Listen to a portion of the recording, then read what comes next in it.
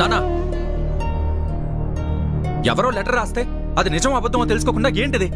నేనేం చేయాలో నాకు తెలుసు. నాకెవరు చెప్పాల్సిన పని లేదు.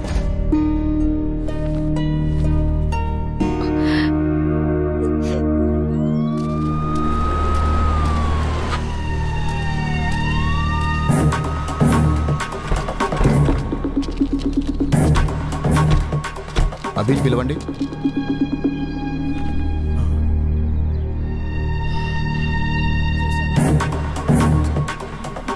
ఏమైంది సార్? ముందు అభిని పిలవండి. అభి, ఏమైంది సార్? నువ్వు పోలింగ్ సమయంలో రిగ్గింగ్ చేసావని కంప్లైంట్ వచ్చింది. అందుకే నువ్వు మాతో ఒకసారి పోలీస్ స్టేషన్కి రావాలి. అమ్మా, నువ్వేం కంగారు పడకు, నేను వచ్చేస్తాను. పదండి సార్.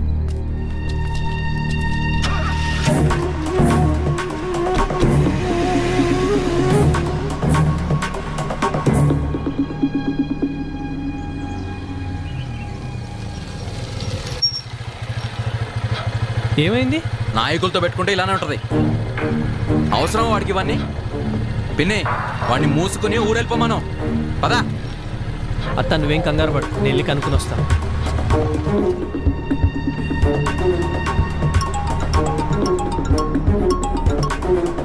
హలో. ఓ అవునా సార్? సరే సార్, ఇప్పుడే వదిలేస్తాను. నీ మీద వచ్చిన కంప్లైంట్ ఫాల్స్ అంట. మా సార్ ఇప్పుడే చెప్పారు. దింపండి అయ్యా. Okay sir.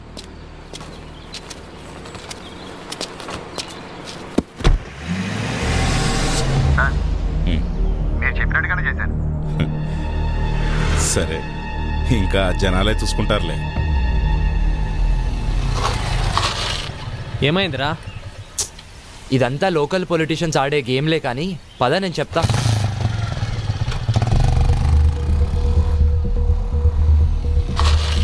ఎవడో ఫాల్స్ కేసు పెట్టాడంట, అందుకే పంపించేశారు.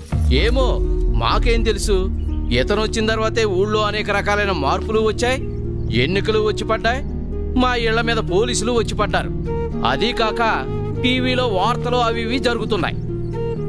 ఎప్పుడు గెలిచే పార్టీ ఓడిపోయింది, ఓడిపోయే పార్టీ గెలిచింది. ఇతన్ని పోలీసులు పట్టుకుపోయారు. ఇలాగే ఉంటే ఇంకా ఎన్ని మార్పులు వస్తాయో. అదేంటి అలా అంటారు? వాడు మీకోసమే కదా ఇదంతా చేసేది. వాడు జాబ్ కూడా వదులుకుని మీకోసం వస్తే మా కోసం ఎవరు ఏమీ చెయ్యొద్దయ్యా. అసలు చెప్పాలంటే ఇతను రాకముందే మా జీవితాలన్నీ ప్రశాంతంగా ఉండే. అవును, మమ్మల్ని వదిలేసాయ్యా. నీ బతుకు నువ్వు చూసుకో. అందరూ పదండి, మనం ఇక్కడే ఉంటే రేపు పోలీసులు మనల్ని కూడా పట్టుకెళ్తారు. పదండి పదండి పదండి పదండి.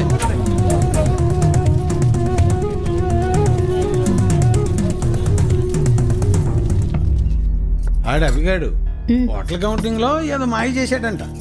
అందుకే పోలీసులన్నీ అరెస్ట్ చేశారు. పాపం ఊరికే పోతుందా, వదిలిపెడుతుందా? అరే, నీకొచ్చిన 14 ఓట్లు చూసి నువ్వు అనుకున్న మార్పు వస్తుందని చిన్న హోప్ వచ్చిందిరా. కానీ అంతలోనే హోప్ మొత్తం చంపేశారు వీళ్ళంతా. ఐమ్ సారీరా, నువ్వు కూడా ఎక్కువ ఆలోచించకు. నీకు ఇది కరెక్ట్ కాదు. నా మాటిని హైదరాబాద్ వచ్చాయి. బయలుదేరతా. బాయ్.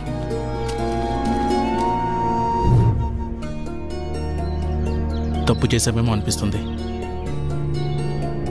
వాడికి సపోర్ట్ చేసి ఉండాల్సింది.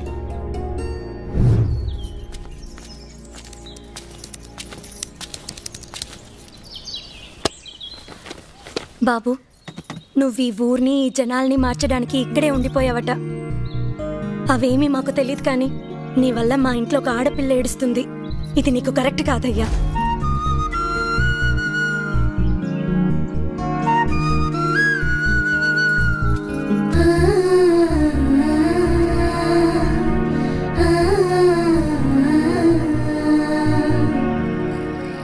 నా ఆలోచన అంతా కృష్ణ గురించే. నా వల్లే తను సఫర్ అవుతుంది. రేయ్, మళ్ళీ కాల్ చేస్తారా? చెప్పమ్మా. నీకు చెప్పేంత దాన్ని కాదయ్యా, కానీ నీ వల్ల ఒక ఆడపిల్ల బాధపడుతోందంటేనే నేను తట్టుకోలేకపోతున్నాను. మంచో చెడో నాకు తెలీదు, కానీ నువ్వొచ్చాక ఊర్లో మార్పు వచ్చింది. కానీ ఇక్కడి మార్పు ఎవ్వరికీ అవసరం లేదు. మా బ్రతుకులేవో మమ్మల్ని ఇలా బ్రతకనివ్వు. దయచేసి ఈ ఊరి వదిలి వెళ్ళిపో. మా తనకు గుండె జబ్బు ఉందన్న విషయం మీకు తెలీదా? తెలీదయ్యా. అది ఇప్పుడొచ్చిన వ్యాధి కాదు, ఎప్పటినుంచో ఈ సమస్య ఉంది. ఆ విషయం మీరు గమనించలేదంతే. మరి ఇప్పుడు ఎలాగయ్యా? ఆపరేషన్ చేయాల్సి వస్తుంది. చెయ్యండి అయ్యా. సరే అయితే కొన్ని టెస్టులు స్కానింగ్లు చేయించాల్సి ఉంటుంది. చెయ్యండి బాబు. మన హాస్పిటల్లో కాదు, ఇవి బయట చేయించాల్సిన టెస్టులు. అదేంటయ్యా? ప్రభుత్వ ఆసుపత్రిలో ట్రీట్మెంట్ వరకు చేయగలం కానీ మెడిసిన్స్ అలాగే టెస్టులు బయటే చేయించుకోవాలి. వీటికి ఖర్చు ఎంత అవుతుంది సార్? సుమారు 50-60 వేలు అవ్వచ్చు. మిగతా లెక్కలు తర్వాత చూసుకుందాం.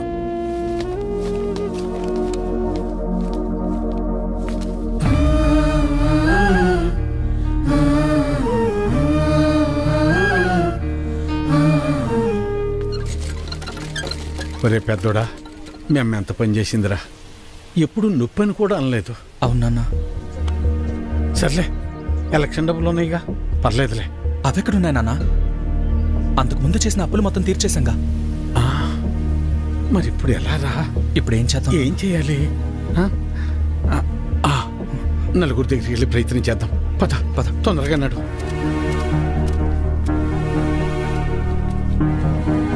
అయ్యా సుబ్బయ్య గారు, అయ్యా విషయం ఏందో చెప్పు. నా భార్యకి బాలేదు, కొంచెం డబ్బు సాయం చేయండి అయ్యా. ఎట్టా రామయ్య గారి ఇంటికి వెళ్దాం. అన్నా ఆగనన్నా, అమ్మకి ఆరోగ్యం బాగాలేదు, అర్జెంటుగా డబ్బు కావాలన్నా. అయ్యో, నిన్ననే పాప స్కూల్ ఫీజు కట్టాను రా. లేవు, ఉంటే ఇచ్చేవాడిని. అయ్యా, మా ఆవిడకి ఒంట్లో బాగాలేదు, ఆసుపత్రిలో చేర్చాం, కాస్త డబ్బులు సాయం చేయండి అయ్యా. ఊరెళ్ళాడా? రవి, అర్జెంటుగా డబ్బు కావాలరా. అమ్మకి బాగాలేదు, హాస్పిటల్లో ఉంది, డాక్టర్ గారు డబ్బులు తీసుకురమ్మన్నారు. ఏదో ఒకటి చేయరా. లేవన్నా. నువ్వే అలా అంటే ఎలా రా? అర్థం చేసి. లేవన్నా. బాబాయ్ బాబాయ్, అమ్మని హాస్పిటల్లో జాయిన్ చేశాం బాబాయ్. అర్జెంటుగా డబ్బు కావాలి, ఆపరేషన్ చేయాలంటున్నారు. డబ్బులు ఏమి లేవు, వెళ్ళిపో. అసలు ఏమి లేవు, దయచేసి వెళ్ళిపోవా.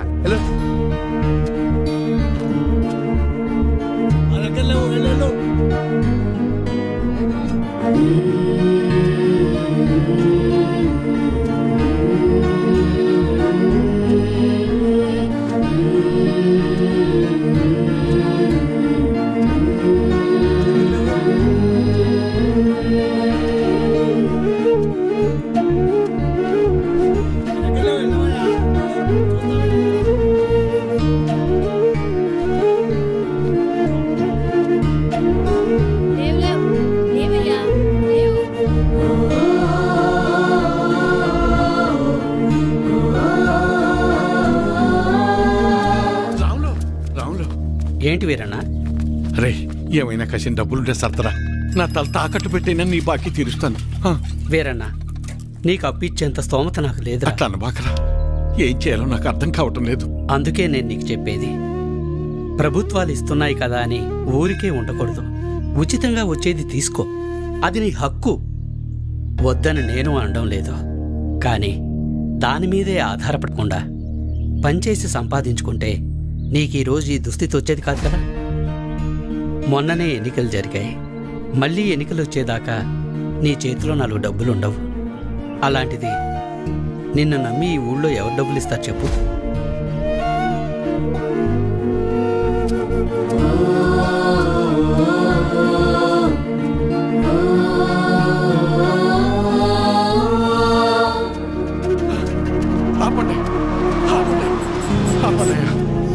నమస్కారం అయ్యా.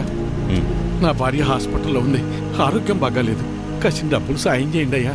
రే, ఎలక్షన్లోనూ సాయం చేసి ఆరోగ్యం బాగోపోతే సాయం చేసి అదే పనిగా చేస్తారా?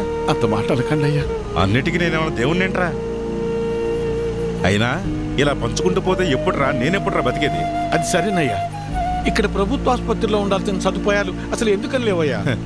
అబ్బో, నన్నే ప్రశ్నిస్తున్నావా? అయినా నేను గెలిచింది ఇప్పుడే కదా. నీకు అన్ని వివరాలు కావాలంటే వెళ్ళి నీ పాత నాయకున్నాడు, అన్ని వివరంగా చెప్తాడు. పదరా. అబ్బా, నా ముందు నుంచుని నన్నే ప్రశ్నిస్తున్నావా? లేదయ్యా.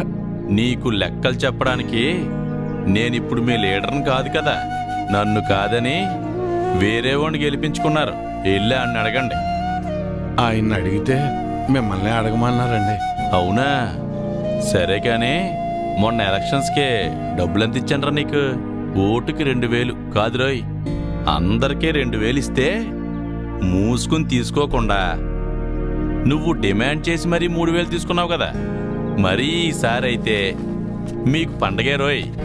ఒకే ఎలక్షన్కి 2 సార్లు వచ్చారా డబ్బులు? జాక్పాట్ మీకు. ఆ డబ్బులన్నీ ఎక్కడి నుంచి వచ్చాయనుకున్నావురా? నా జేబులోంచి కానీ తీసిచ్చాననుకున్నావా? మీకు ప్రభుత్వం ద్వారా వచ్చిన సహకారాలన్నీ రూపాంతరం చెంది డబ్బుగా మీ చేతికి వచ్చాయి. దీన్ని బట్టి నీకేమర్థమైంది? అవ్వా కావాలి బువ్వా కావాలంటే కుదరదు రోయ్. అయ్యా, నేను లెక్కలు అడగటానికి రాలేదయ్యా. నా భార్య సావు బతుకుల్లో ఉంది. కాస్త డబ్బు సాయం చేసి నా భార్యకు ప్రాణభిక్ష పెట్టండి అయ్యా. ఏరా, ఇందాక అడిగావు, ఇప్పుడు అడుక్కుంటున్నా. ఇదేరా మీ దగ్గర వచ్చిన చిక్కు. అయినా డబ్బులు తీసుకుని మరీ నన్ను ఓడించారు కదరా. అయ్యా, అనుభవించండి.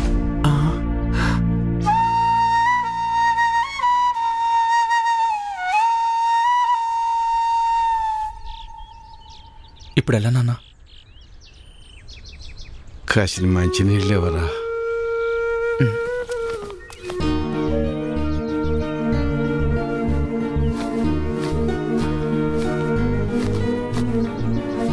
తీసుకున్నాను.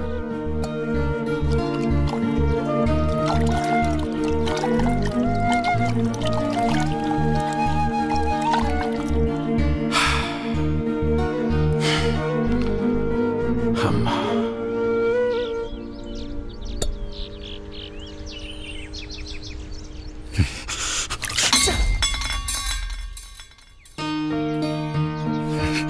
కన్న తల్లిని కాపాడుకోలేని బతుకు కూడా ఓ బతికేనా?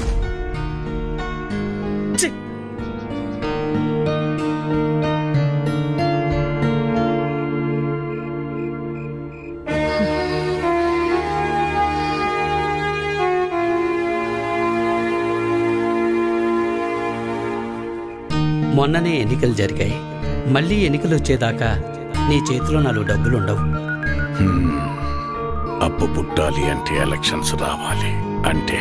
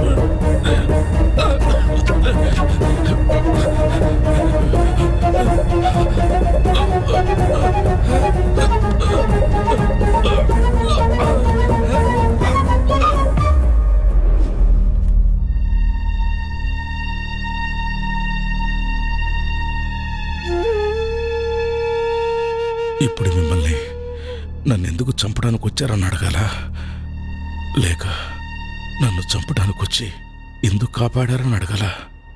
ఏమని అడగాలి? ఆవేశంలో మిమ్మల్ని చంపాలని వచ్చిన మాట నిజమేనయ్యా.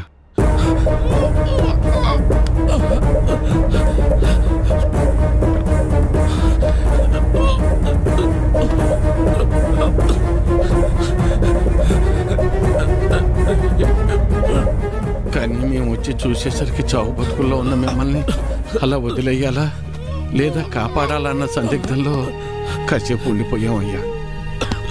మేము మీలాగా ఆలోచించం కదయ్యా.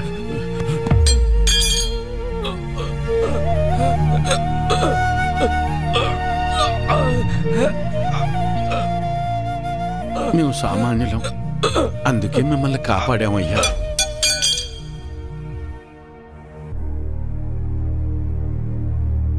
అసలు నన్ను ఎందుకు చంపడానికి వచ్చారు? మీరు చచ్చిపోతే మళ్ళీ ఎలక్షన్లు వస్తాయి కదయ్యా. ఎలక్షన్లు వస్తే మళ్ళీ డబ్బులు పంచుతారు కదా, ఆ డబ్బులతో నా భార్యను కాపాడుకోవచ్చని.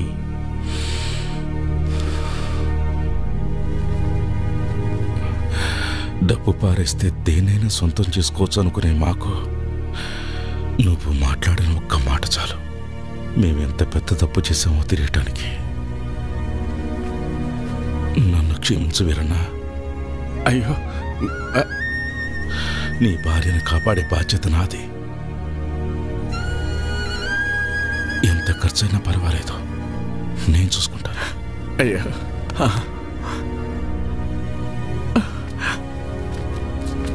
వీరన్న. అయ్యా, నీ కూతురు ఏ తప్పు చేయలేదు. ఆ లెటర్ మేమే రాయించాం.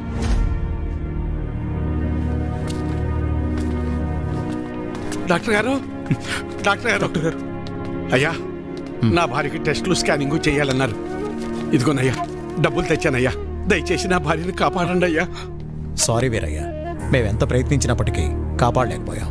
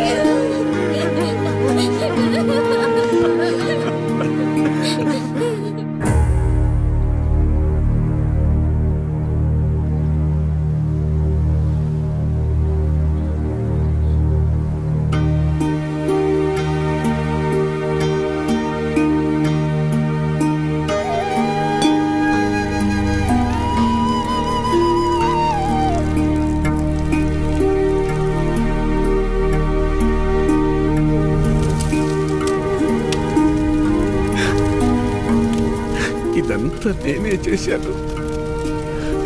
నిన్ను నేనే చంపేశాను. అగ్ని సాక్షిగా నీకు తోడుంటానని మాటిచ్చాను. కానీ అదే అగ్గిలో నువ్వు కాలి బుక్కైపోతుంటే ఏమీ చేతగాని వాళ్ళ చూస్తూ ఉన్నా. 7 అడుగులు నడిస్తే ఆ బంధం 7 జన్మల పాటు ఉంటుందంటారు. వద్దు వద్దు, ఇక నేను నీకు భర్తగా ఇంకా ఏ జన్మలోనూ రాకూడదు లక్ష్మి, రాకూడదు. నన్ను క్షమించు లక్ష్మి, నన్ను క్షమించు.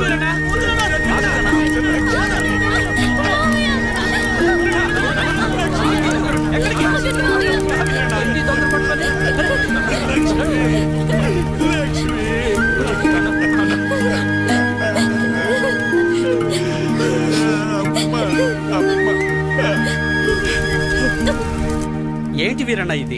నీకేమైనా పిచ్చి పట్టిందా? ఒక భర్తగా, ఒక తండ్రిగా, కనీసం ఒక మనిషిగా కూడా ఏనాడు నేను నా బాధ్యతల్ని నెరవేర్చలేదు. ఎవరి మీద ఆధారపడకుండా నా వృత్తిని నేను చేసుకుని ఉండుంటే ఈ రోజు నీకు ఈ దుస్థితి వచ్చేది కాదు లక్ష్మి, వచ్చేది కాదు. నా జీవితాన్నే కాకుండా నా కుటుంబాన్ని కూడా అమ్మేశాను.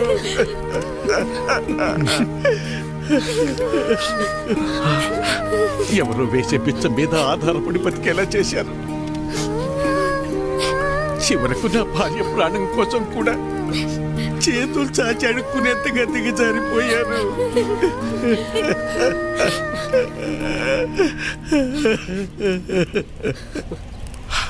ఈరోజు నాకొచ్చిన ఈ స్థితి రేపు మీలో ఎవరికైనా రావచ్చు, కానీ రాకూడదు. అయినా నా భార్యని కాపాడుకునే హక్కు కూడా నాకు లేదా? ఆ హక్కును పొందే అర్హత నాకు లేదా? ఆరోగ్యం, విద్య ఈ దేశ పౌరులుగా మన ప్రధాన హక్కులు అంటారే, మరి మరి వాటిని పొందే అర్హత నిజంగా నాకు లేదా? నాకు అర్హత లేదు, నాకు అర్హత లేదు. నాకే కాదు, మనలో ఎవ్వరికీ అర్హత లేదు. మనల్ని మనం అమ్ముకున్న రోజే ఆ అర్హతను మనం కోల్పోయాం. ప్రశ్నించే హక్కును కూడా కోల్పోయాం.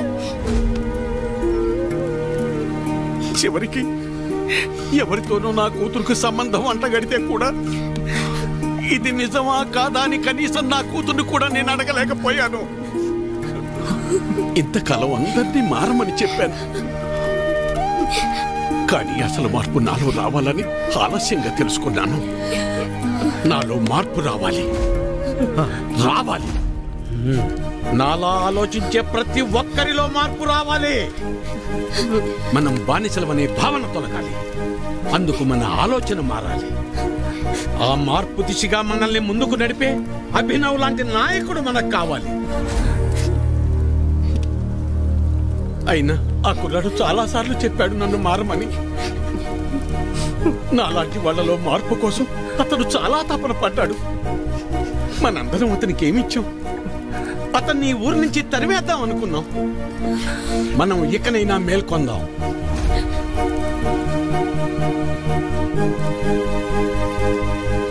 మనం మారడానికి అభినవ్ రూపంలో ఒక అవకాశం వచ్చింది. ఆ అవకాశాన్ని మనం చేజార్చుకోవద్దు.